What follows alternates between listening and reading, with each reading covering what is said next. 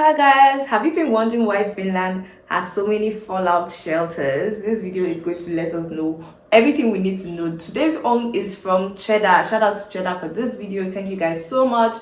So without more talking, let's just go straight into it. And if you've not yet subscribed, please do that right away. Give me a big thumbs up and let's go.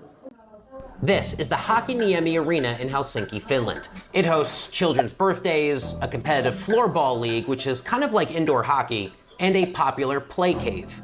But in the case of emergency, this huge cavernous playground can suddenly transform at a moment's notice into a bomb shelter.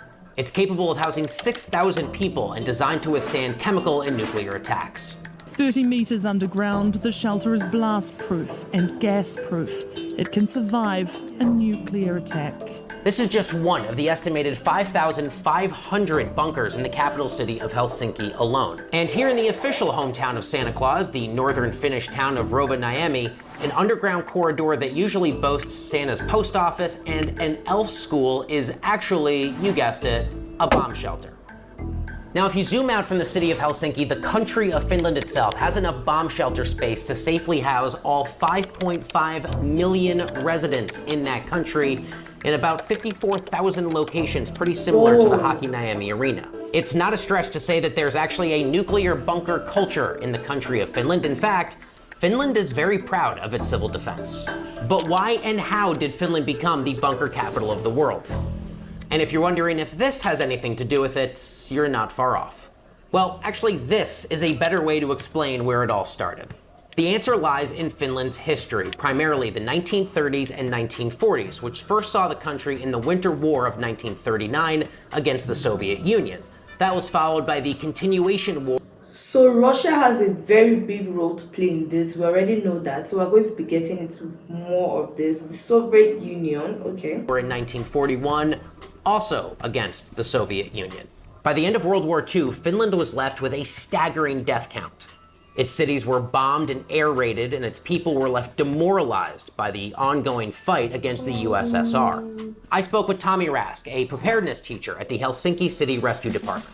He tells me that Finland's unique history of war has made it so that today, Finland is prepared to defend itself and its citizens from mass destructive weapons.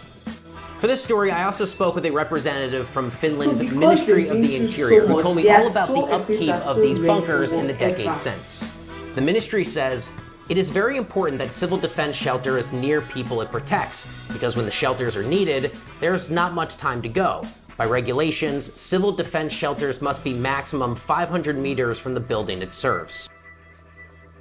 I also wondered who manages these facilities, and as it turns out, it's kind of the ultimate in private-public partnership. Tommy Rask tells me, civil defense shelters are part of a building, so responsibility is on the owner. Bedrock shelters are, for the most part, built by the city and for use in city functions or rented outside as businesses, warehouses, workplaces, etc.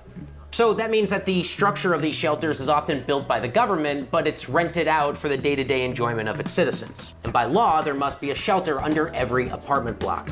If something ever went wrong here in New York City and they told me to get to a shelter, I'll be honest, I don't think I would know where to go. Most New Yorkers probably recognize these signs. Fallout shelters built in the Cold War when the US was having its own conflict with, yes, the Soviet Union. But no one really knows what it's for, where to go, or how it works. And I bet fewer New Yorkers realize that 5 years ago, those signs were taken down.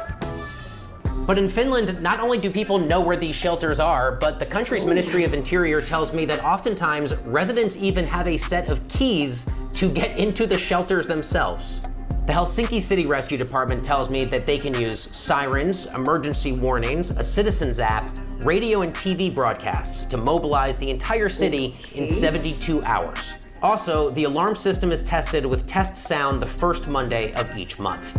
In Finland, authorities practice civil defense procedures regularly. There are also general shelters that feature a combination of city workers and volunteers who manage and operate bedrock shelters.